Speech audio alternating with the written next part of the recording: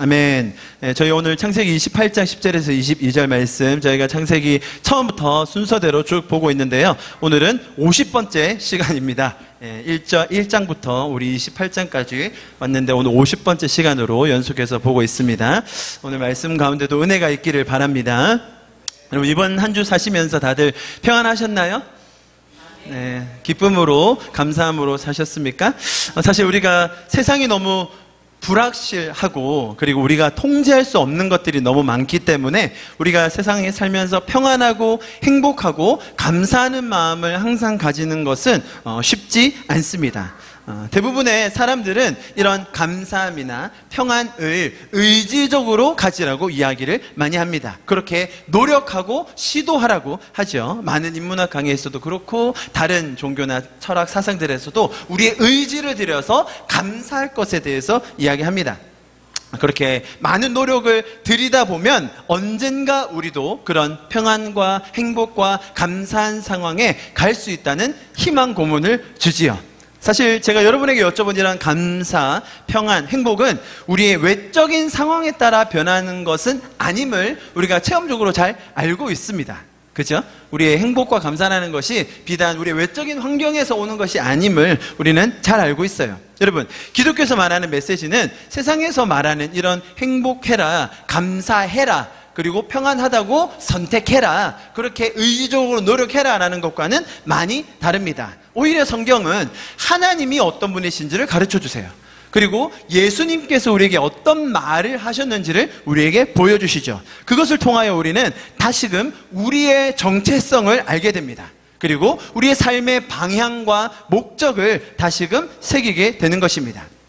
여러분, 우리가 우리의 삶이 어디에서 왔고 어디로 가며 우리는 어떻게 살아야 되고, 심지어 내가 지금 하고 있는 이 행동을 내가 왜 하고 있지? 라는 것을 모를 때가 참 많습니다. 그렇기 때문에 우리는 이 두꺼운 성경책이 필요해요. 성경책은 수많은 이야기들의 기록입니다. 그래서 많은 사람들이 이야기로 기록된 성경에 대해서 참 답답해합니다. 그냥 A = B, C일 때는 D 이렇게 얘기해주면 참 편할 텐데, 그냥 수학적으로 딱딱 맞는 답이 나올 텐데 왜 굳이 이렇게 많은 이야기들을 오늘 이야기처럼 기록해 놓았을까라고 답답해하죠.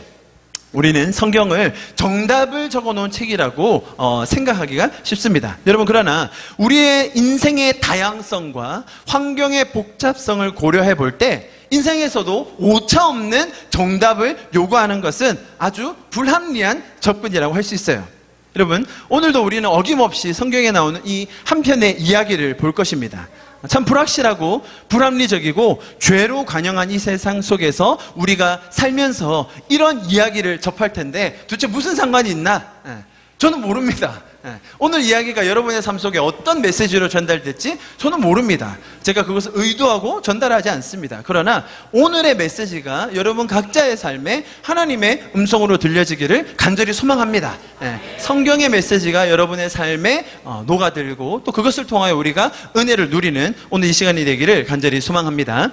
여러분, 저희가 지난주에 4명의 인물에 대해서 살펴보았습니다. 이삭, 리브가, 에서, 야곱이었죠. 그들의 얽히고 설킨 이야기, 속여서 장자권의 축복을 받아야 되는 이야기를 저희가 봤습니다. 네 명의 죄인이 각자의 죄성으로 이 일을 풀어가려고 할 때 결과가 어떠했는지를 잘 살펴보았죠. 자, 제가 이야기해 볼 테니까 여러분 어떤 인물이 그랬는지를 한번 생각해 보십시오. 장자로서의 축복을 받아내겠다고 생각한 사람, 또 자신이 편애하는 자식에게 어떤 수를 써서라도 그것을 물려주겠다는 욕심, 더불어 시력이 흐려진 것으로 표현되는 사리를 분별하지 못하는 분별력의 상실, 또 마지막으로 다듬어지지 않은 혈기로 모든 일을 해결해 보겠다는 그 마음.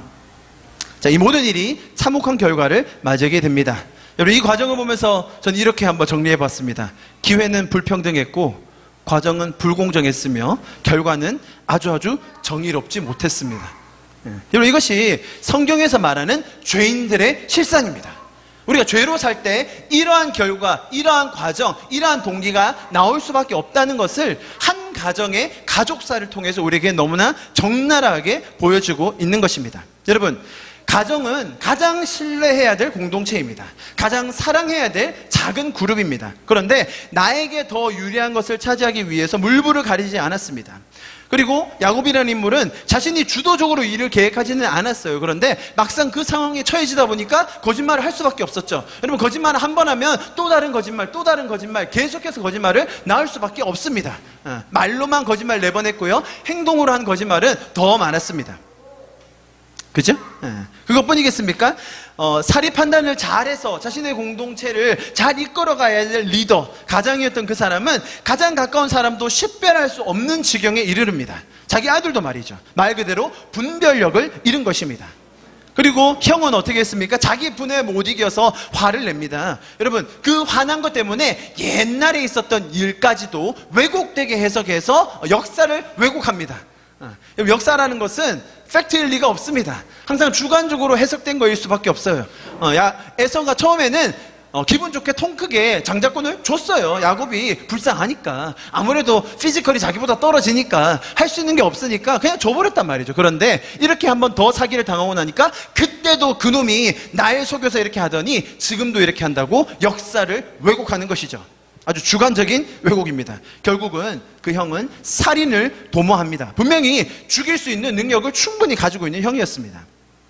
누군들 두렵지 않겠습니까? 어쩌다 사기꾼이 된 이 처량하고 연약한 70대 노총각인 야곱은 결국은 이제 모든 것을 다 포기하고 도주하게 되는 것이죠. 가족들과 생이별을 하게 됩니다. 여러분, 그 이별뿐이겠습니까? 앞으로 일어날 일은 정말로 앞이 막막한 상황입니다. 저희가 지난주에 살펴본 것이 이런 내용이었습니다. 죄인의 결과가 어떠한 것인지를 성경이 우리에게 강조해주고 있었습니다.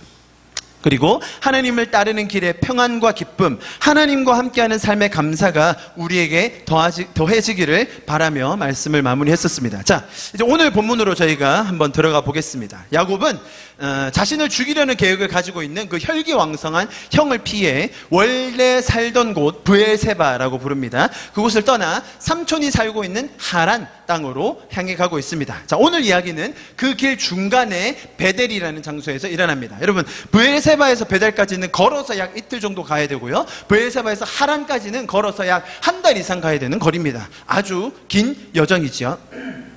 그리고 그 여행 중에 베델이라는 장소에 야곱은 잠을 청하는 상황입니다. 여러분, 한번 이 시점에서 야곱의 심정을 한번 생각해 보시기 바랍니다. 여러분, 하란에 가면 삼촌을 만날 수 있다는 보장이 있습니까? 여러분, 그 고대 시대에 주소가 있나요? 무슨 정확한 지도 시스템이 있습니까? 그냥 그곳으로 가서 어떻게든 찾아야 되는 상황입니다. 삼촌이 죽었으면 어떻게 하나요? 삼촌이 이사 갔으면 어떻게 합니까? 아무도 모릅니다. 그런 막막한 현실. 또 여러분, 하란까지 안전하게 갈 수 있다는 보장이 있습니까? 한 달이라는 그 여정. 여러분, 지금 야곱은 길바닥에서 자고 있습니다. 야곱이 유숙할 데가 없어서, 어디 들어가서 하룻밤 묵을 데가 없어서 지금 길바닥에서 자고 있는 상황이에요. 엄청나게 위험하고 외롭고 혹독한 상황이라는 것이죠.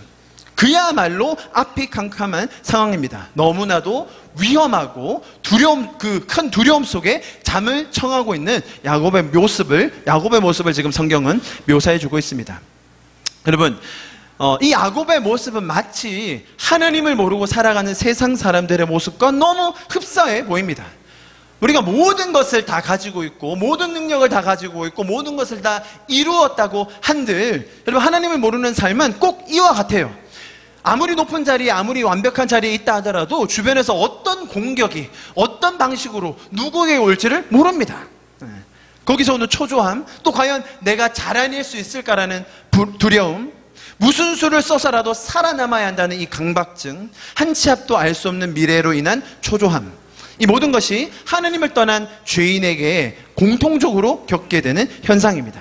여러분, 성경은 이러한 현대인, 어쩌면 저와 여러분 주변에 있는 수많은 사람들의 모습을 이 야곱이라는 한 인물을 통해서, 이 도주의 여정을 통해서 우리에게 보여주고 있는 게 아닌가 생각해 봅니다. 자, 이런 상황에 있는 야곱에게 하나님은 나타나십니다. 꿈속에서 말씀하시는 거예요. 그리고 야곱은 그런 하나님에게 자신만의 방식으로 또 대응을 합니다. 반응을 합니다. 우리가 야곱의 사닥다리라는 표현 너무 익숙하시죠? 유명합니다.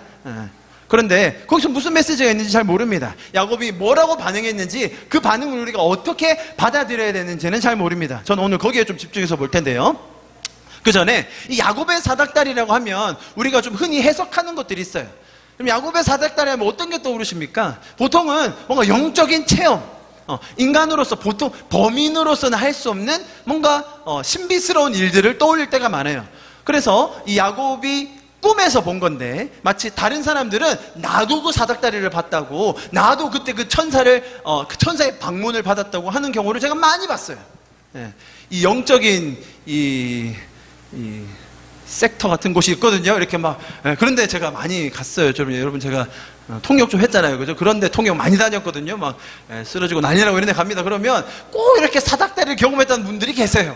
자기가 경험했다고, 자기도 그 사닥다리를 봤다고, 그 천사가 누구였는지 아냐고 그러면서 막 천사 이름들을 대고 그 천사가 하는 일을 막 구체적으로 얘기하면서 자기가 어떻게 그 방문을 받았는지에 대해서 엄청 자랑스러워해요.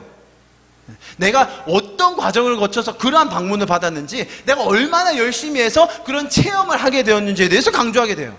여러분, 만약에 정말로 어떤 사람이 그런 체험을 했다고 칩시다. 사닥다리를 봤습니다. 하나님의 환상을 봤습니다. 그러면 어떻게 반응해야 정상이냐면, 야곱처럼 한 치 앞도 볼 수 없고, 야곱처럼 두려움에 쌓여 있었고, 야곱처럼 아무것도 할 수 없는 상황이었던 나를 야곱에게 나타나신 것처럼 하나님이 나에게 나타나셔서 나에게 소망을 주시고 위로를 주시고 희망을 주셨다. 그렇게 해야 되는 거 아닙니까? 야곱이 뭐가 잘나서 자기가 꿈을 꾼 겁니까? 여러분, 꿈이라는 말의 의미는 자신의 의지와 자신의 실력과 자신의 노력과 상관없이 하나님이 나타나셔서 주셨다는 것의 의미입니다. 그런데 마치 그 꿈을 자신이 노력한 것처럼, 자신이 영빨이 좋아서 그런 것처럼, 무슨 자기가 실력이 있어서 그런 것처럼 이야기한다는 거예요. 여러분, 그것은 아주 잘못된 성경 해석입니다. 아주 이교도적이고 비성경적인 방식입니다. 여러분, 이런 해석 접근은 정말로 잘못된 것입니다. 아시겠죠? 자, 그거 간단하게 제가 얘기했습니다. 사닥다리에 대해서. 그래서 오늘 저는 사닥다리는 별로 얘기 안 할 겁니다. 자, 이렇게 축복하시는 하나님의 약속, 그죠? 약속의 구체적인 것들 제가 마지막에 보겠습니다. 그리고 이런 꿈을 꾸고 난 다음에 야곱이 어떻게 반응했는지에서 성경이 자세하게 기록해 줬어요. 근데 우리는 그 부분을 잘 보지 않아요. 자, 그런데 이상한 것은요, 야곱이 이렇게 반응한 것에 대해서 사람들이 오해를 많이 합니다. 여러분, 성경의 인물들에 대해서 우리가 기본적으로 가지는 존경심이 있어요. 성경에 나온 인물, 야곱, 제이콥, 멋있잖아요, 그죠? 야곱의 하나님, 뭐 찬양 많이 하지 않습니까? 그렇기 때문에 성경에 나온 인물들에서 우리가 기본적으로 가지고 있는 존경심, 그들에 대한 뭐 어떤 경외감이라고 하고, 아무튼 좀 두렵고 떨리는 그런 존재이긴 하잖아요. 하나님 아니지만. 그래서 그들을 바라보면 그들이 했던 행동에 대해서 우리가 뭔가 닮으려고 하고 존중하고 따라가려고 하는 경향이 있습니다. 제 설교를 지금 이제 창세기 50번째인데요. 들으신 분들은 지금 이 말이 얼마나 잘못됐는지를 아실 거예요. 그죠? 여러분, 구약에 나오는 성경 인물들은 다 죄인입니다. 신약에 나오는 인물들도 다 죄인이었지만 의롭다 칭함을 받는 자들이죠. 그죠? 자, 구약에 나오는 죄인들이 한 행동 중에 우리가 닮아야 하거나 따라가야 될 행동을 한 사람은 거의 없습니다. 아예 없다고 저는 심정적으로 말하고 싶은데, 또 그러면 너무 극단적이니까 거의 없어요. 구약의 인물들이 했던 행동들, 그들이 선택했던 것들을 우리가 닮아가라고 적어놓은 것은 생각보다 많이 없어요, 여러분. 야곱이요? 지금 이 순간에 야곱을 생각해 보십시오, 여러분. 하나님 1도 모릅니다. 신앙 없습니다. 믿음 그따위 거 없어요. 그런 야곱이 한 행동을 우리는 보고 어떻게 해석해야 되며, 신약 시대, 지금 서신서 시대, 성령의 시대를 살고 있는 우리는 어떻게 반응해야 할 것인가를 제대로 분별해야 하는 것입니다. 이해하시겠죠? 자, 그러면 먼저 야곱이 어떤 행동을 했는지를 우리 같이 한번 읽어보도록 하겠습니다. 16절에서 19절. 우리 아까 전체적으로 읽을 때 너무 길어서 아마 조금 집중해서 읽지 않으셨을 텐데요. 자, 하나님이 꿈에서 나타나시고 그리고 나서 야곱이 딱 한 반응이에요. 이 반응을 우리가 저걸 닮아가야지, 저렇게 해야지가 아니라 야곱은 왜 저랬지? 라는 시각으로 한번 봐주세요. 그러면 좀 다르게 보입니다. 16절에서 19절 같이 한번 읽어볼게요. 시작. 야곱이 잠이 깨어 이르되 여호와께서 과연 여기에 계시거늘 이것은 다름 아닌 하나님의 집이요 이는 하늘의 문이로다 하고, 야곱이 아침에 일찍이 일어나 베개로 삼았던 돌을 가져다가 기둥으로 세우고 그 위에 기름을 붓고 그곳의 이름을 베델이라 하였더라. 이 성의 옛 이름은 루스더라. 여러분, 16절의 말씀을 보면요, 하나님의 속성을 이해할 수 있죠. 우리가 흔히 말하는 무소부재하신 하나님, omnipresent 하다고 하죠. 어디서나 계시다, 언제나 계시다. 하나님만의 속성이죠. 여러분, 사단은 무소부재하지 않습니다. 귀신은 무소부재하지 않아요. 그죠? 귀신은 한 장소에만 있는 거예요. 이해하시겠죠? 귀신은 여러 마리가 흩어져서 각자 일을 하는 거지 무소부재하진 않아요. 심지어 사탄도 하나님만 무소부재하신 거예요. 그죠? 이해하시겠죠? 하나님은 무소부재하지. 그래서 언제 어느 때나 우리와 함께 계십니다. 야곱이 지금 아까 말씀드렸듯이 아무도 없는 지금 광야예요. 아무도 없는 뭐 이게 사막인지 돌짝밭인지 산속인지 모르겠지만 정말 어디 가서 잠 하룻밤 얻어 잘 수 없는 그런 상황에서, 그러니까 그런 외딴 곳에서 하나님이 찾아오신 거예요. 예를 들어서 야곱의 어떤 종교적인 인식에서 볼 때 사람이 사는 마을 혹은 뭐 근처에 신전이 있거나 건물이 있으면 그 근처에서 뭔가 신적인 존재를 맞아들였다면 이런 문화가 있기 때문에 이런 민족이 살기 때문에 그 민족의 신이 찾아왔구나라고 생각할 수 있지만 지금 야곱의 입장에서 보면 너무 뜬금없는 상황인 거예요. 아무도 없는, 문명이 없는, 인적이 없는, 짐승밖에 없는 그런 자리에 야곱이 잠을 청하려고 어쩔 수 없이 밤이 되어서 너무 피곤해서 골아 떨어졌는데 이곳에 하나님이 오신 거예요.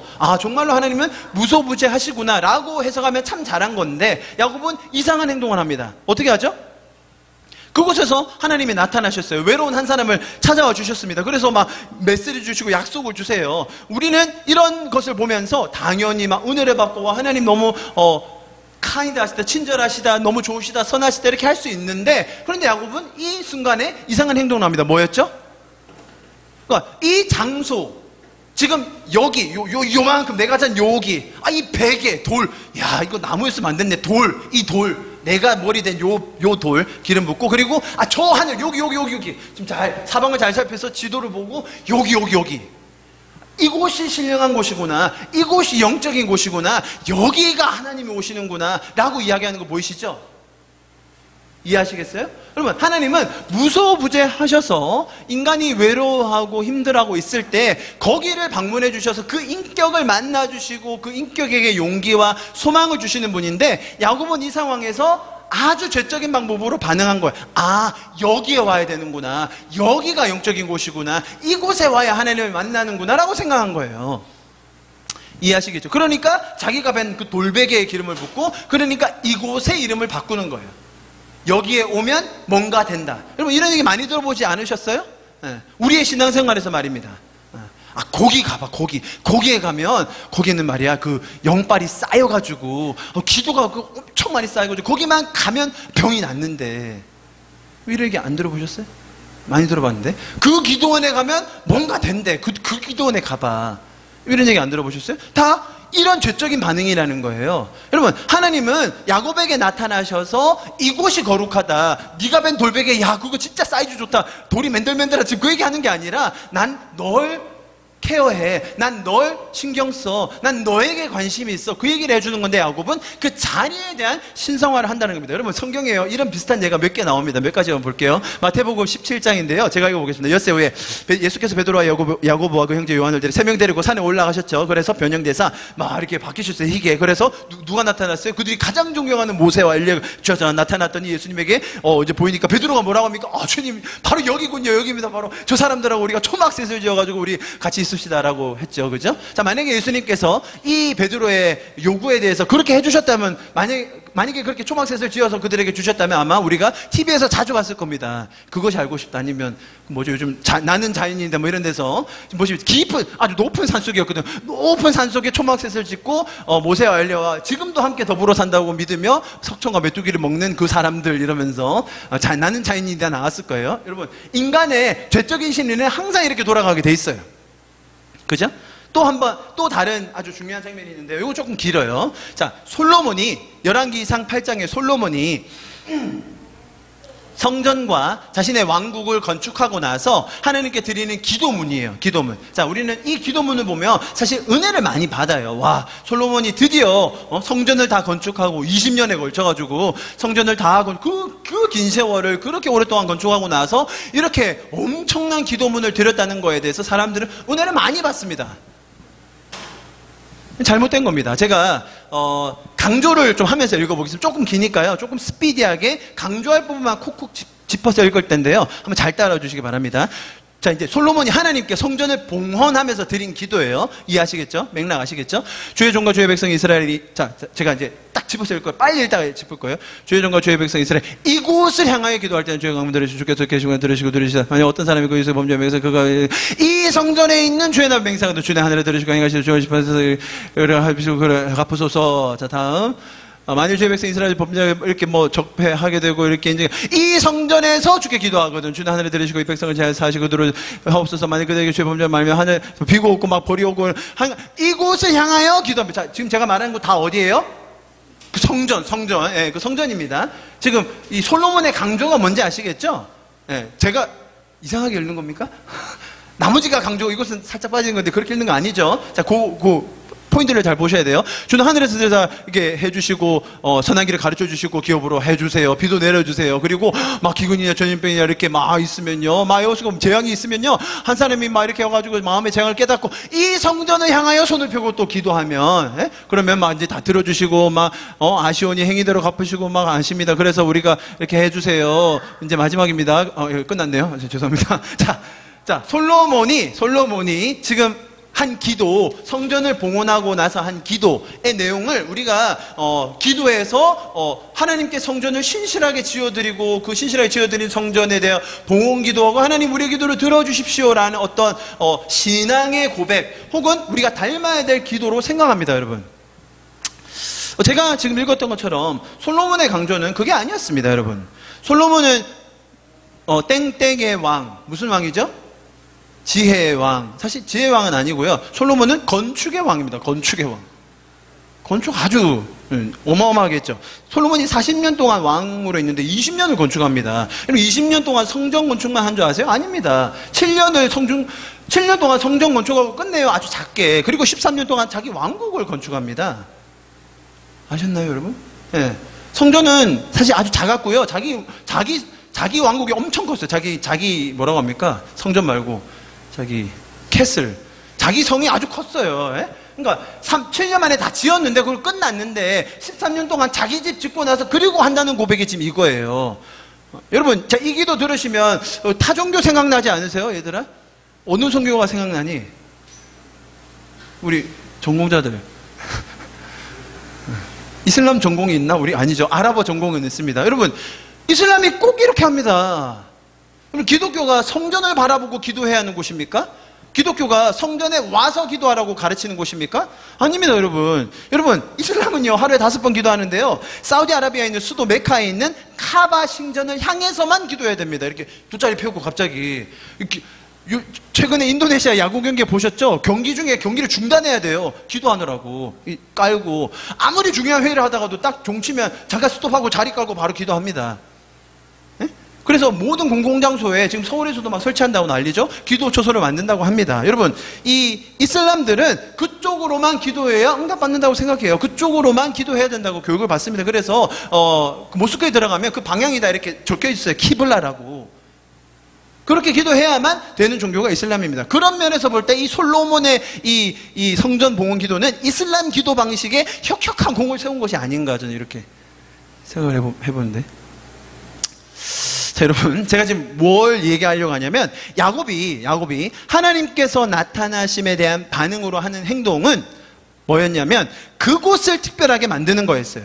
여러분, 이것이야말로 죄인들의 아주 전형적인 행동 방식이에요.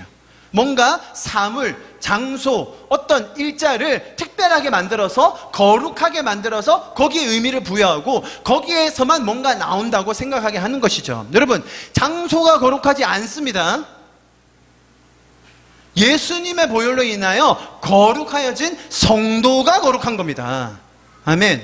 여러분이 성전입니다. 여러분이 성령님과 함께 성령님을 모시고 있는 여러분이 거룩한 성전입니다. 여기 와야 거룩해진다고요? 아닙니다, 여러분.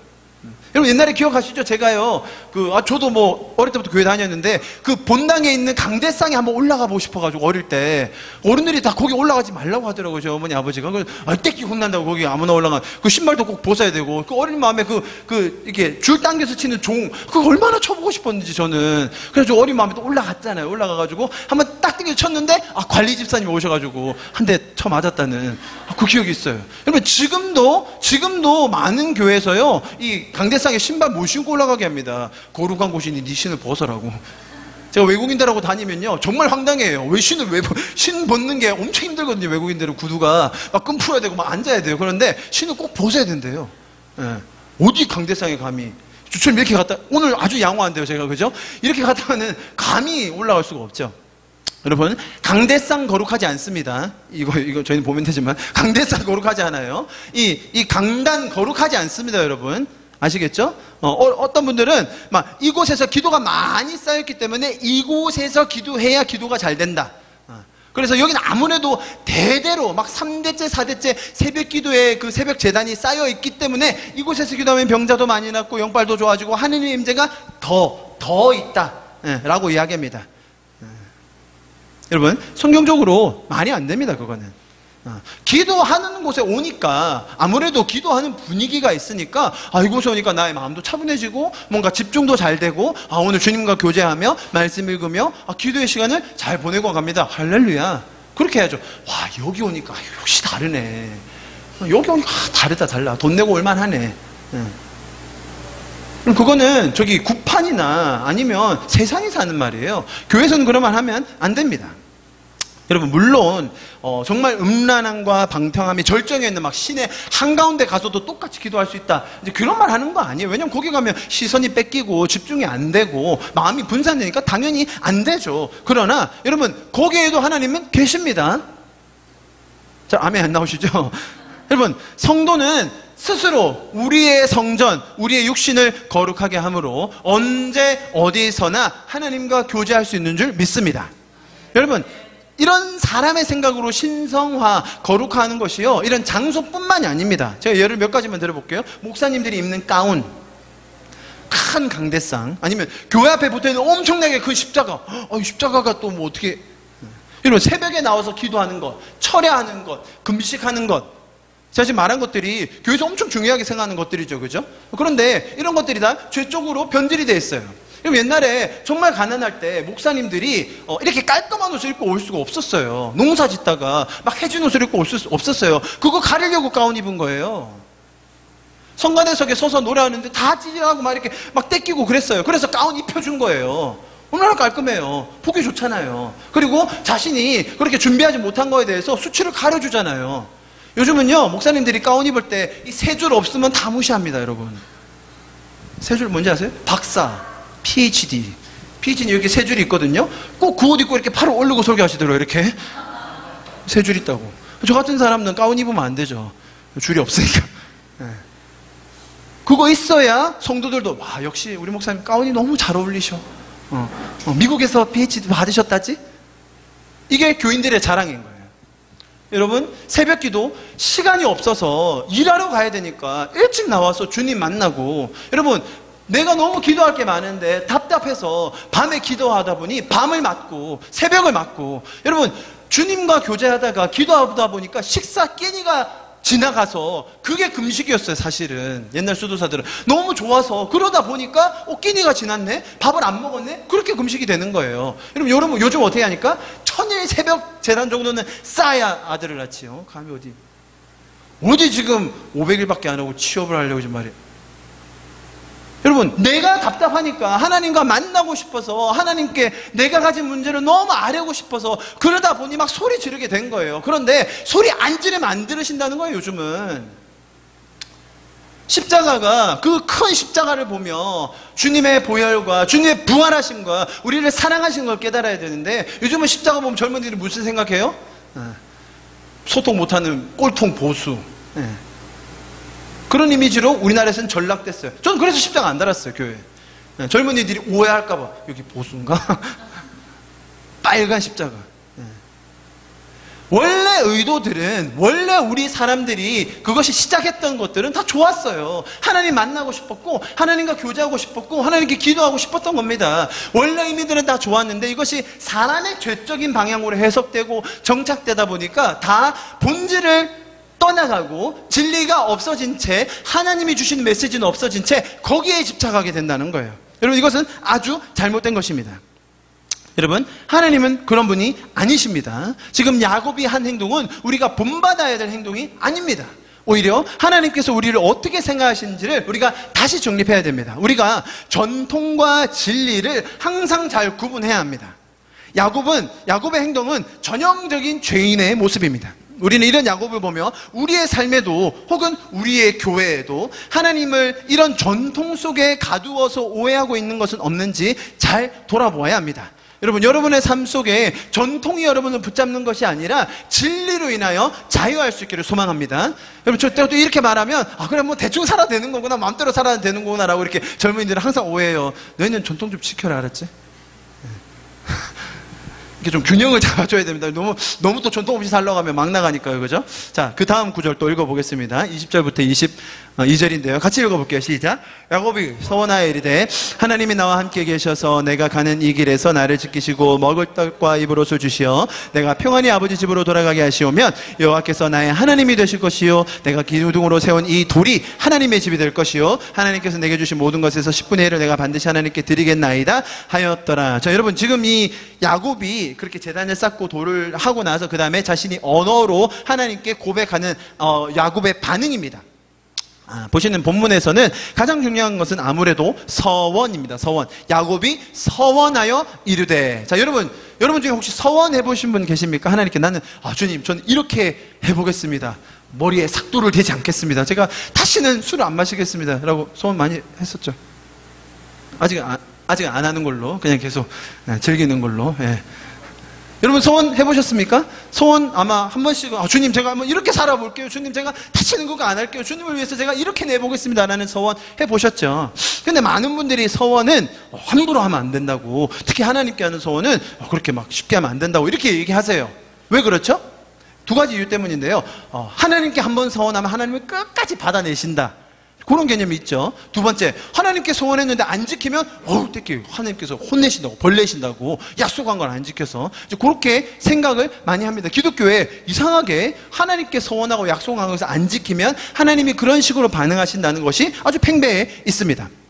여러분, 소원이라는 것은 인간이 하나님께 뭔가를 지키겠다고 아니면 해드리겠다고 일방적으로 하는 약속이에요. 하나님이 요구하시거나 명령하신 게 아닌데 인간 쪽에서 주님, 제가 주님 너무 사랑하고 제가 이렇게 좀 주님 앞에 잘 살기 위해서 제가 이렇게 해보겠습니다, 저렇게 할게요 라는 인간의 반응입니다. 여러분, 그건 아주 좋은 겁니다.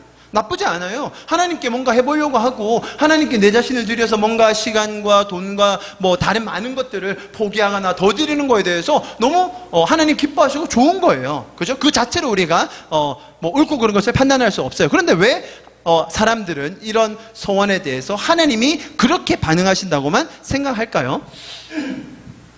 그리고 정말로 하나님은 그렇게 한번 소원한 것에 대해서 계약서 들고 다니시면서 끝까지 받아내시고, 여러분 많이 들어보셨죠? 내가 선교사로 소원했었는데 그때 그 기도를 하나님은 잊지 않으시고 제 사업을 다 망하게 하시고는 결국 저를 선교사로 불러주셨습니다. 이런 고백이 제가 진짜 농담이고 정말 많이 들어요. 신학교에 가면요, 깔렸어. 절반이 그래요. 자기 사업 잘하고 있었는데 그때 우리 엄마가 소원을 잘못해가지고 나를 주의 종으로 바치겠다 해가지고 이제 제가 여기 사업 망해가지고 왔다고 그렇게 얘기 많이 합니다. 성경에 몇 가지 소원에 대한 예가 나옵니다. 여러분 잘 아시는 예일 텐데요. 사무엘상 1장인데요. 한나의 소원이죠. 한나가 아들이 없을 때 서원하여 기도했습니다. 그죠? 11절에 만군의 여호와여, 만일 주의 여종의 고통을 돌아보시고 나를 기억하사 주의 여종을 잊지 아니하시고 주의 여종에게 아들을 주시면 제가 평생의 그를 여호와께 드리고 삭도를 그의 머리에 되지 아니하겠나이다. 그러니까 아들 사무엘을 하나님의 전에 드려서 주의 종으로 키우겠다는 소원이었고, 하나는 다행히 또 이 소원을 잘 지켰습니다. 그래서 이제 사무엘의 인생이 좀 불행해지죠. 송전에 가가지고 막 불량배들하고 살아야 되고, 부모님 1년에 한 번 보는 아주 역기능적인 가정에 살게 됩니다. 제가 말씀드렸던 많은 목사님들도 자기 엄마의 소원 때문에 자기는 소원 안 했는데 부모님의 소원으로 목회자 되고 선교사 되는 분이 참 많아요. 여러분, 이거는 그래도 그나마 잘 지켜서 된 케이스, 이제 그나마 나쁘지 않은 케이스인데요. 그 성경에 아주 고약한 소원의 케이스가 하나 있어요. 그게 누구냐면 사사기에 나오는 입다예요. 입다 들어보셨습니까?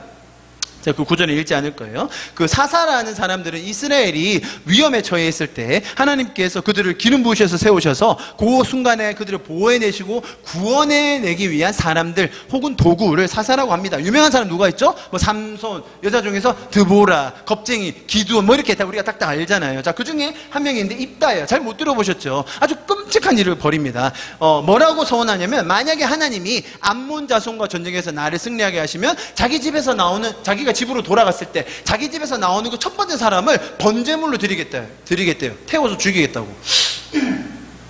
사람들이 이 구절을 보고 많이 오해해요. 기독교가 번제물, 사람을 태워서 죽이는 그 제사에 동의하는 것 아니냐. 그냥 입다가 그렇게 태워 죽어요. 누구를?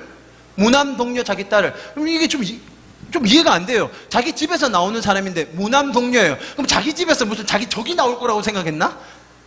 자기 부모님 아니면 자기 딸 나오지 않을까요? 이게 좀 소원이 이상해요. 그런데 그래가지고 딸이 제가 처녀로 죽는 거 너무 힘들어. 그래서 2달만 시간 주세요. 그래서 산속에 가서 친구들하고 보내고 오자. 그 2달 만에 태워 번제물로 드립니다. 그럼 이 장면을 보고 우리는 기독교가 그 번제 제사에 대해서 찬성하고 이건 무슨 기독교 이런 게 있나라고 생각해요. 여러분, 입다는 이상한 짓을 한 거예요. 당시 이교도에 있었던 아이를 태워 죽이는 제사를 그는 마치 하나님도 그를 원하시는, 하나님도 그런 걸 원하신다고 생각했고 정말로 어리석게 합리적이지 못하게 신앙적이지 않은 방법으로 한 것이 입다의 서원이에요. 아주 잘못된 겁니다. 자, 아시겠죠? 성경에는 이렇게 서원에 대한 예가 참 많이 나옵니다. 그리고 전도서 5장에 보면 서원에 대한 기록이 자세히 나왔기도 합니다. 전도서는 너무 길기 때문에 설명이 제가 다음에 드리도록 하고요. 자, 성경에는 이렇게 서원에 대한 이야기가 많이 나와 있는데, 자, 야곱은 어떤 서원을 했냐면, 하나님 저를 인도해 주시고 자기 고향으로 잘 돌아오게 해 주시면 제가 10분의 1을 드리겠습니다. 자, 이제 우리가 그래서 11조 얘기하고 이렇게 합니다. 자, 야곱은 그 서원을 지켰을까요? 야곱은 결론적으로 안 지켰는데요. 야곱이 이제 삼촌 라반 집에서 좀 재산을 일구잖아요. 이제 가족도 좀 식솔도 늘고 그래서 돌아옵니다. 그러면 베델로 가서 이제 우리 하나님 만났던 약속받았던 그곳으로 가서 이제 10의 1조를 드리면서 딱 하면 이제 아름답게 끝났는데, 야곱이 베델로 가지 않고 세겜에 머물러요. 세겜에. 자, 세겜이라는 장소 한번 떠오르는 사건이 있으시죠? 세겜. 야곱의 딸 디나가 강간을 당하는 사건이 세겜에서 일어나요. 자, 그런데 많은 신학자들이 어떻게 해석을 하냐면, 야곱이 베델로 바로 가서 11조를 드리지 않고 육신의 편의에 따라 세겜에서 머물면서 서원을 지키지 않아 하나님이 그에 대한 벌로 디나에 대한 강간 사건을 일으키셨다고 해석해요. 서원은 안 지켜서. 자, 그러면서 그거에 대한 근거 구절로 드는 게 시편의 말씀이에요. 보면 이렇게 나옵니다. 시편 15편 4절의 말씀 같이 한번 읽어볼게요. 시작. 그의 눈은 망령된 자를 멸하시며 여호와를 두려워하는 자들을 존대하시며, 그 다음 뭐라고요? 그의 마음에 서원한 것은 해로울지라도 변하지 아니하며. 자, 요 구절 딱 들이대면서, 아니 서원한 것은 말이야 자기한테 해로울지라도 하나님께 서원한 것은 지켜야 돼 라고 이야기하는 확실한 근거 구절이 시편 15편이에요.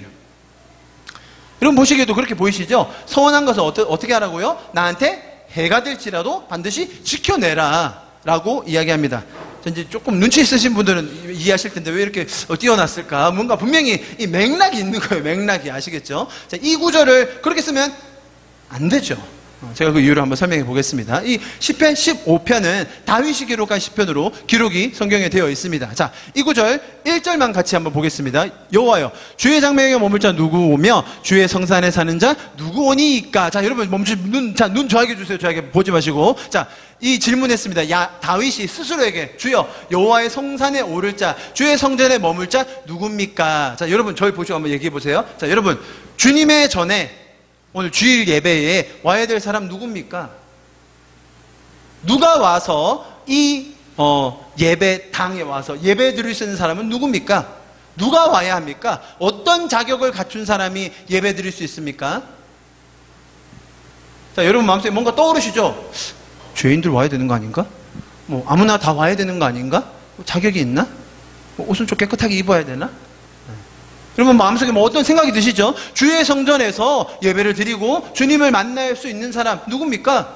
죄인들, 하나님 모르는 사람들, 담배 피는 사람들, 술 취한 사람들, 인생의 의미 모르는 사람들, 그런 사람들 와야 된다고 여러분 동의하시죠? 그게 하나님의 마음입니다. 아멘? 자, 지금 억지로 여러분 마음을 끌어내는 거 아니죠? 네. 그게 예배 본질입니다. 하나님을 모르는 자들이 와서 주님을 만나고 주님을 경험하고 주님의 메시지를 배워서 누려야 하는 것입니다. 그게 예배입니다. 아멘? 자, 그런데 다윗은 뭐라고 얘기했는지 한번 볼까요? 누가 주님의 성전에 장막에 머물며 누가 주의 성산에 거룩한 산에 오르겠습니까? 자, 다윗의 대답으로 치면 오늘 예배에 누가 와야 되냐면요, 이런 사람이 와야 돼요. 정직하고 공의를 실천하고 마음의 진실을 말하고 혀로 남을 허물하지 않고 이웃에게 악을 행하지 않고 입술 비방하지도 않고 눈도 망령된 자를 멸시하며 망령된 자에게 하나님 딸이잖아요. 눈으로는 완전히 개무시 막 하면서 그 다음에 여호와를 두려워하고 또 마음에 소원한 것은 해로울지라도 다 지켜내고 또 이자를 받으면서 꾸지 않고 내버리면 머리가 저저고 하면 이런 자라야 영혼이 흔들리지 않고 주의 성전에서 예배드리는 거 아니겠어요? 여러분, 지금 다윗이 이렇게 얘기했어요. 여러분, 시편에 나오는 이 성경이 지금 성경 얘기입니다. 제가 뭐 어디 지어낸 게 아니라 성경에 다윗이, 우리가 존경하는 다윗이 적은 시편입니다. 그래서 이 시편을 문자 그대로 있는 그대로 이 전체 맥락과 이 다윗의 인생과 또 하나님의 신앙에 대한 맥락 없이 4절만 빼내서, 그러니까 여호와께 서원한 거는 해로울지라도 지켜야 돼 라고 말하면 이렇게 얘기해야 돼요. 오늘 교회 저기 문 앞에 적어놔야 됩니다. 오늘 예배 드릴 자격이 있으신 분, 정직한 분, 그리고 눈으로 계속 총 쏘고 계신 분, 그리고 뭐예요? 몇 가지 더 있죠? 공의를 실천하신 분, 그 다음에 마음의 진실만 행하신 분, 이웃 비방하지 않으신 분 빼고는 여기 들어오실 수 없습니다 라고 크게 붙이세요. 그러면 주일 예배 때 아무도 못 들어갈 거예요. 이제 생각 없는 몇몇 학생들이 들어가기도 합니다. 이렇게 난 되는 건가 이러면서. 대부분의 목사님들은 못 들어가실 거예요. 누가 여기 들어갑니까? 누가? 이 많은 것을. 여러분, 이런 맥락에서 보십시오. 그러면 10편, 15편은 우리가 어떻게 해석해야 됩니까? 여러분, 다윗이 밧세바를 범하기 전에 이 시편을 적었어요. 다윗이 승승장구할 때 이걸 적었어요. 다윗이 영적으로 충만할 때 이걸 적었어요. 뭐라고요? 야, 예배 드리려면 말이야, 이 정도는 해야지. 하나님 만나려면 이 정도는 돼야 되는 거야. 어디 감히 주의 거룩한 성산에 오르는데 이렇게 할 수 있어? 여러분, 밧세바 범한 후에 적혀진 시편 한번 보십시오. 완전 달라요. 주님, 제가 죽을 놈입니다. 저를 살려주십시오. 저는 아무것도 못하면. 다윗의 시편의 이 논조가 완전히 바뀌어요. 이해하시겠습니까? 그런데 이런 맥락이나 상황 없이, 다윗의 인생에 대한 이런 전체적인 맥락 없이 시편 15편 4절의 말씀을 가지고 여호와께 서원한 것은 해로울지라도 지켜야 된다고 말한 이 주석에 있는 신학가들은 잘못된 거예요. 이런 개척교회 찌질한 목회자가 네가 뭘 한다고 그딴 소리 해라고 하시면 저는 할 말 없지만 그렇지 않아요? 지금 볼 때?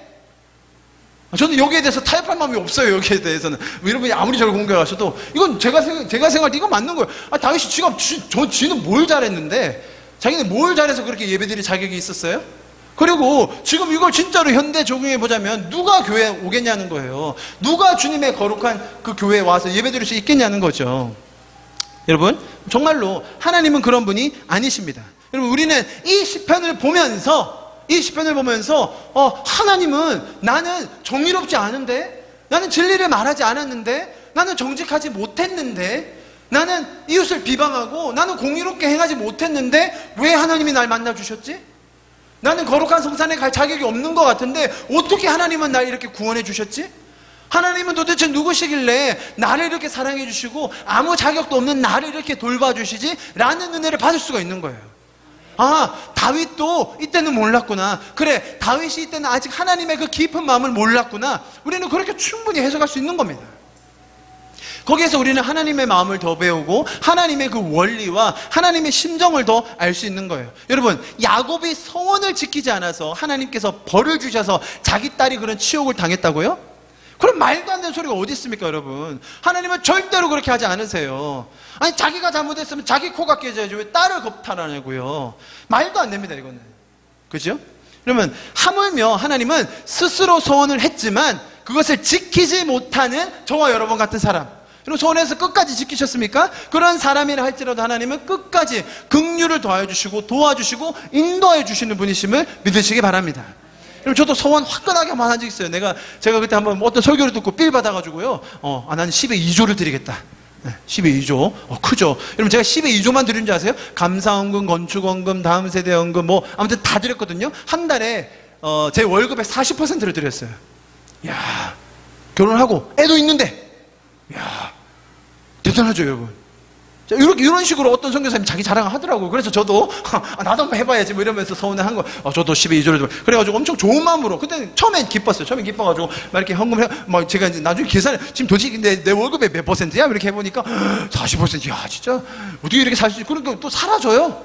예, 또 주님이 공급해 주시고, 야, 이게 참, 주님이 참 놀라우시다, 선하시다, 이러면서 하고 있는데, 자, 이제 제 마음이 점점 어떻게 바뀔까요? 쟤는 뭐 얼마나 할까? 저 사람 돈 저렇게 많이 번다는데 뭐 11조는 제대로 하나? 나야말로 이 주님의 사역자로서 나야말로 이게 2조는 기본, 40%는 드려야 이게 주님의 사역자 아닌가? 그럼 제가 엄청 정지하고 다녔어요. 여러분 제가 헌금 다 익명으로 했거든요. 일부러 또 이름을 밝히지 않으리라. 어떻게 또 이름 밝히고 내가 존재가 들으면 익명으로 하면서도 막 엄청 자부심. 난 익명으로 하고 있는 거야. 이렇게. 그러면서 내 마음속에 있는 그 뿌듯함과 정제감이 막 일어나면서 제 신앙생활이 점점 망가지는 거예요. 제가 그 소원 끝까지 지켰을까요? 바로 소원 깼어요. 그냥 깼어요. 안 해. 이걸 깨닫고 나서 내가 한 소원이 나를 잡아먹는구나. 내가 한 소원이 나를 죽이는구나. 자, 여러분, 제가 그 소원 깼습니다. 주님이 저를 벌하실까요? 제가 그 소원 이제 안 지킵니다. 주님이 저를 그것 때문에 뭐라고 하실까요? 그러면 하나님은요, 야야야, 너 그거 안 해도 돼. 나 너 그 돈 안 받아도 너 충분히 사랑하거든? 그거 해서 너 나한테 인정받지 않아도 돼. 괜찮아. 주님은 저에게 그렇게 얘기하시는 거예요. 여러분, 우리가 서원한다는 건 하나님께 뭔가를, 드리려고 하고 우리가 지키려고 하는 건 정말로 좋은 것입니다, 여러분. 자, 처음에 말씀드렸듯이 좋은 마음으로 하나님께 헌신하는 것 너무 좋아요. 너무 훌륭하고 성숙한 신앙인의 모습이라고 할 수 있습니다. 그러나 그 소원이 여러분의 발목을 잡으면 안 됩니다. 그 소원 때문에 여러분의 신앙생활이 왜곡되면 안 됩니다. 하나님께서 여러분이 그것을 깨뜨렸다고 해서 계약서 가지고 오셔가지고 끝까지 빼내가시는 분이 아닙니다. 너 지금 10에 2조 낸다고 했는데 요즘 안 내더라. 지금 쌓인 돈이 얼마인 줄 아냐 하면서 뭐 왕창 이렇게 그런 식으로 해서 사업 망하겠다는 사람들이 참 많더라고요. 제가 보니까. 여러분, 오히려 우리의 그 하나님을 향한 사랑의 마음을 하나님은 너무나 기뻐해 주시고 또 그것에 대하여 더 공급해 주기 원하시고 하나님께서 은혜로 우리의 삶을 풍성하게 해주시기 원하시는 분이십니다. 그런 아버지와 같은 하나님을 저와 여러분이 더 알아가기를 간절히 소망합니다. 마지막으로 야곱이 드린 기도의 내용을 잠깐 보겠습니다. 여러분, 야곱의 기도는 하나님의 약속, 즉 아브라함과 이삭에게 주셨던 그 약속에 대한 동일한 약속에 대한 야곱의 반응이었습니다. 하나님께서 아무런 자격도 없고 준비도 안 되고 사전에 어떤 일도 하지 않았던 야곱에게 나타나셔서 그에게는 상상도 할 수 없는 그 축복의 말씀을 주셨습니다. 여러분, 야곱은 쌍둥이 형과 항상 비교되면서 살았습니다. 자신은 아무리 열심히 해도 형을 따라갈 수가 없었어요. 그리고 다소 거칠고 강한 어머니와 함께 집에 있으면서 자신의 처지에 대해서 아주 비관하면서 살았습니다. 아버지는 형만 좋아하죠. 그런 아버지는 점점 늙어가지고 몸이 쇠약해지죠. 그 와중에 어머니는 아주 부도덕한 방법으로 그 축복을 사기쳐서 받아내려고 합니다. 결국 거기에 말려들었고 지금 이런 꼴이 되었습니다. 자, 그런 생각에 잠겨있던 야곱에게 하나님은 나타나셔서 그런 자격이 없는 야곱에게 엄청난 상상도 할 수 없는 축복과 약속의 말씀을 주셨습니다. 자, 그런데 인간의 한계가 여기서 드러나요. 야곱은 그런 하나님과 거래를 합니다. 그래, 자격 없고 조건 없었던 자기에게 나타나셔서 정말 엄청난 축복의 말씀을 주셨는데 야곱은 그 순간에 하나님과 거래를 해요. 조건을 걸어요. 사실 아까 야곱이 서원한다고 얘기했지만 엄밀한 의미에서 이건 서원이라고 할 수 없어요. 서원은 일방적으로 해야 되는 것인 건데 야곱은 조건을 걸어요. 몇 가지 조건 건지 아세요? 5가지. 첫 번째, 나와 함께 계시고 나를 지키시고 먹을 거 주시고 입을 거 주시고 평안히 아버지 집으로 돌아오게 하시면 이라는 조건을 겁니다. 야, 야곱 참 치밀하죠? 5가지 조건을 내걸고 요거 다 지켜주시면, 자, 요 정도 다 지켜주시면 그럼 어떻게 됩니까? 제 인생을 바쳐서 주님을 섬기겠습니다. 제가 주님 정말 내 온 마음을 다하여 이웃을 사랑하고 제가 주님만을 섬기겠습니다. 뭐 이 정도는 해야 되는데 요거 5개 다 지켜주시면 제가 10분의 1을 드릴게요. 뭐 이렇게. 우리가 11조에 대해서 와, 역시 야곱 이라고 말하면 안 됩니다. 고작 겨우 지금 야곱은 5개 걸고 자기는 10분의 1 드리겠대요. 여러분, 이게 죄인의 모습입니다. 여러분, 맞습니다. 야곱은 죄인입니다. 아직 하나님을 전혀 알지 못하는 사람입니다. 하나님에 대한 지식, 그분이 하셨던 일들, 또 어릴 적에 들었던 하나님이 자기 아버지에게 주셨던, 할아버지에게 주셨던 약속 알고는 있습니다. 그러나 근데 하나님은 인격적으로, 개인적으로, 마음으로, 계시적으로 아직 스스로는 알지 못하는 상황이었습니다. 그렇기에 야곱의 이런 반응은 너무나 당연한 것입니다. 죄인들은 다 그런 겁니다.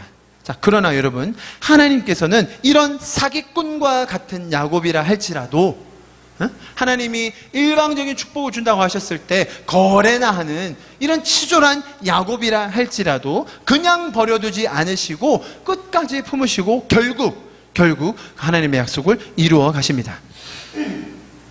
여러분, 많은 사람들이 하나님의 축복을 조건적이다라고 말할 때가 많아요. 여러분, 지난주에도 봤죠. 하나님의 축복은 네가 이렇게 하면, 여기 머물면, 네가 이걸 지켜내면 내가 이렇게 축복하리라 라는 말씀이 참 많이 있어요. 예, 맞습니다. 성경에 그런 조건적인 축복에 대해서 이야기를 많이 합니다. 그리고 어떤 사람들은 그렇게 축복을 받기 위해서는 그런 조건을 지켜야 되고, 하나님은 그렇게 하나님의 조건을 잘 지켜내는 사람을 좋아하시고, 반대로 하나님의 말씀을 지키지 않는 자들은 싫어하시고 버려주신다고 생각해요. 여러분, 정말로 큰 오해입니다. 오늘 저희가 읽었던 말씀이긴 하지만 다시 한번 읽어보겠습니다. 여러분, 오늘 하나님이 주셨던 약속 중에 이 약속의 전문입니다. 전문인데요, 하나님께서 어떤 조건을 거셨는지 한번 보시면서 읽으시기 바랍니다. 같이 한번 읽어볼게요. 13절에서 15절 시작.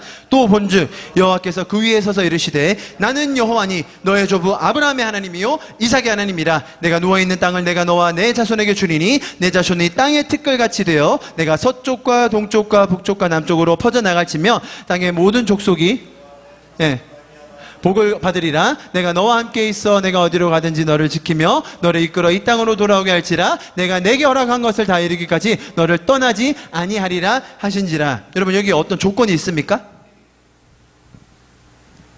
선행해야 하고 이루어내야 하고 서원해야 하고 끝까지 포기하면 안 되는 어떤 달려가야 할 목표가 있나요? 그럼 이건 어떻게 해석할 겁니까? 너무 중요한 약속이거든요. 성경의 인물의 그 대를 잇는 야곱에게 주셨던 동일한, 이삭과 아브라함에게 주셨던 동일한, 오히려 조금 더 구체화된 약속이거든요. 자, 이 약속에는 어떤 조건이 있나요? 하나님이 뭘 해야 이루어 주신다고 조건을 거셨습니까? 그럼 이 구절은 어떻게 해석할 겁니까? 하나님의 축복과 약속은 조건적이다. 예, 그런 구절이 있습니다. 맞아요. 없다고 얘기하는 거 아닙니다. 그러면 이 구절은 어떻게 할 건데요? 여러분, 그래서 우리가 성경 전체를 봐야 되는 거예요. 여러분, 오늘 본문에서 보면 알 수 있듯이 하나님은 조건적이지 않으세요. 조건적이면 인간이 이루어낼 수가 없어요. 여러분, 죄인인 인간이 하나님을 찾을 수 없고, 죄인인 인간이 하나님을 먼저 알 수 없고, 죄인인 인간이 하나님의 사랑을 깨달아 그분을 사랑할 수가 없습니다. 그렇기 때문에 하나님은 무조건적으로 인간을 먼저 찾아와 주시고 사랑해 주신 거예요. 여러분, 사람이 조건적이에요. 사람이 조건 내건다니까요. 사람이 자기 손실, 자기 이익 따지며 재고 계산한다니까요. 오늘 그 모습 보지 않습니까? 하나님은 조건 거시지 않으셨습니다. 사람이 조건을 거냅니다. 하나님은 우리의 자질, 우리의 자격, 우리의 준비, 우리의 어떠함을 보시지 않으셨습니다. 단지 그분의 형상대로 지음을 받은 저와 여러분, 우리가 하나님과 동행하며 그분께서 계획해 놓으신 놀라운 계획과 기쁨을 누리며 그 모든 것이 동일하게 모든 족속에게까지 퍼져갈 수 있도록 그렇게 이르기를 원하시는 분이 하나님이십니다. 반면에 사람은 하나님을 잽니다. 좋고 나쁜 것을 평가하죠. 하나님 믿으면 뭐가 더 좋아? 오늘 주일 예배 나오면 뭐가 더 좋을까? 내가 이 헌금 내면 손해보는 게 아닐까? 내가 지금 이 사람 도와준다고 나한테 뭐 좋은 게 있을까? 여러분, 사람은 항상 제게 되어 있습니다. 예, 맞습니다. 그럴 수밖에 없습니다. 나에게 유리한 것, 나에게 불리한 것, 그런 것을 따질 수밖에 없는 존재죠. 우리와 동행하시고 인도하시며 놀라운 계획을 가지신 그분을 우리가 아직 잘 모르기 때문에 나타나는 현상들입니다. 만약에 우리가 하나님을 더 알아가고 하나님을 더 배워가며 그분과 동행하는 삶을 누리고 또 그분이 하신 약속을 안다면 우리 머릿속에 계산이 없어지는 거예요. 계산해가지고 결국 계산은 요게 나중에 더 이익이겠구나, 나중에 천국 가면 요거 때문에 상급 받는 거구나, 지금 투자해야 되는구나, 그런 게 아니라 나도 모르게 내가 은혜 받았기 때문에, 내가 너무 감사하기 때문에 저 사람 지금 힘드네, 저 사람 불쌍하네, 저 사람이 하나님을 모르네, 어떻게 도와줘야 되지? 뭘 도와줘야 되지? 내가 어떤 일을 할 수 있지? 라는 반응이 자연스럽게 나오는 것이 우리의 신앙의 모습입니다. 여러분, 제가 오늘 설교의 처음에 서두에 여러분의 평안과 감사와 행복에 대해서 물었습니다. 여러분의 기쁨에 대해서 물었습니다. 오늘 성경의 본문은 한결같은 이야기를 저에게 전해주고 있습니다. 그것은 이러한 평안과 기쁨과 자유함은 세상의 어떤 성공과 가르침과 행위로는 올 수 없다는 겁니다. 오직 우리의 창조주이시고 구원자이시며 인도자 되신 그분과의 연합, 그분과 동행하는 것, 그분의 마음을 더 알아가며 내 속에 누리는 것만이 우리에게 이러한 자유와 평안을 줄 수 있다는 것입니다. 우리가 서두에 말씀드렸던 것처럼 너무나 불확실하고 우리가 통제할 수 없는 세상 속에 살아가고 있습니다. 그러한 상황 속에 우리의 환경이 너무나 많이 변하고 우리의 마음이 요동칠 때가 많습니다. 그러나 하나님과 동행하는 이 삶 속에는 주님의 무조건적인 사랑이 우리에게 부어지는 줄 우리가 오늘 말씀을 통해서 배우게 되는 것입니다. 오늘 말씀을 마무리하면서 기도하고 예배를 마쳤으면 좋겠습니다. 우리는 하나님에 대해서 너무나 오해할 때가 많습니다. 하나님을 우리의 직장의 보스나 나를 지도하고 있는 큰 형님이나 나를 항상 지켜보고 있는 평가, 판단하는 사람으로 생각할 때가 많습니다. 하나님은 그런 모습으로 우리를 보시는 것이 아니십니다. 내가 서원한 것을 지켜내야 우리를 좋아하시고 하나님의 말씀을 따르고 견뎌내는 사람만 예뻐하신다? 그러면 하나님은 그런 분이 아니십니다. 오히려 우리가 야곱처럼 하나님을 알지 못하고, 야곱처럼 하나님을 재고, 야곱처럼 나에게 이익이 오는 게 뭐지? 나에게는 어떻게 하면 더 많은 것을 얻어낼 수 있지? 그렇게 조건 걸고 하나님께는 딸랑 11조 드린다는 그 야곱처럼 우리는 그렇게 신앙생활하고 있는지도 모르겠습니다. 야곱이 그렇게 광야에서 너무나 큰 위험과 두려움과 외로움과 그 황량함 속에 자고 있던 모습이 지금 현대를 살고 있는 저와 여러분 혹은 우리 주변의 많은 사람의 모습일지도 모르겠습니다. 그 와중에 하나님은 우리에게 어떤 조건도 내걸지 않으시고 어떤 자격도 없는 우리를 먼저 찾아와 주십니다. 여러분, 이 약속이야말로 하나님의 동행이야말로 하나님의 인재야말로 하나님의 이런 마음을 배우는 것이야말로 우리의 인생을 변화시킬 수 있는 것입니다. 우리가 그 창조주와 함께하며 그 창조주와 함께 동행하며 그 하나님의 놀라운 계획에 동참하는 것이 우리의 삶에 가장 큰 기쁨과 의미를 줄 수 있는 것을 오늘 우리는 본문을 통해서 배우게 되는 것입니다. 여러분, 우리의 삶이 그런 풍성함과 자유함으로 더 차기를 소망합니다. 우리의 삶 가운데 인간적인 마음으로 오는, 세상에서 오는 그런 외로움과 두려움, 계산하고 따지고 하나님을 신뢰하지 못하는 그런 것들로 우리의 인생이 점철되는 것이 아니라 주님과 동행함으로써, 주님과 함께함으로써 우리의 삶이 더 풍성해지고 더 자유로워지기를 간절히 기도합니다. 아멘. 우리 이 시간 좀 같이 기도하고 예배를 마치겠습니다. 기도하실 때, 그렇습니다. 주님, 우리 인생은 너무나 연약합니다. 우리는 죄인으로 주님 앞에 설 수 없는 자들이었습니다. 우리는 주님을 알지도 못했고 주님을 먼저 찾지도 못했고 주님을 사랑할 수도 없는 존재였습니다. 그러나 주님께서 먼저 우리를 찾아와 주심에 감사를 드립니다. 주님, 우리가 상상할 수도 없는, 우리가 꿈꿀 수도 없는, 우리가 감히 이룰 수도 없는 그 놀라운 약속 가운데 우리를 초대해 주셔서 감사를 드립니다. 주님, 우리가 성경을 통하여 이제 압니다. 주님은 약속을 이루는 분이시다라고. 주님은 우리를 아무런 조건도 아무런 평가도 아무런 자질도 없는 우리를 먼저 찾아와 주셔서 그 약속을 이루어 주시는 분이심을 우리가 성경을 통해서 이제 알게 됐습니다. 주님, 그 약속이 우리의 삶 가운데 이루어지게 하여 주시옵소서. 우리의 삶이 하나님의 그 자유함과 하나님의 그 은혜로 충만하게 하여 주시옵소서. 이 모든 약속이 모든 민족에게, 모든 나라들에게 이루어지기를 원하시는 그 하나님의 마음을 우리도 배워 알게 하여 주시옵소서. 우리의 삶을 그렇게 주님 앞에 올려드리며 시간 마지막으로 기도하고 예배를 마치도록 하겠습니다. 기도하시겠습니다. 그 크신 하나님의 사랑 말로 다여 영 못한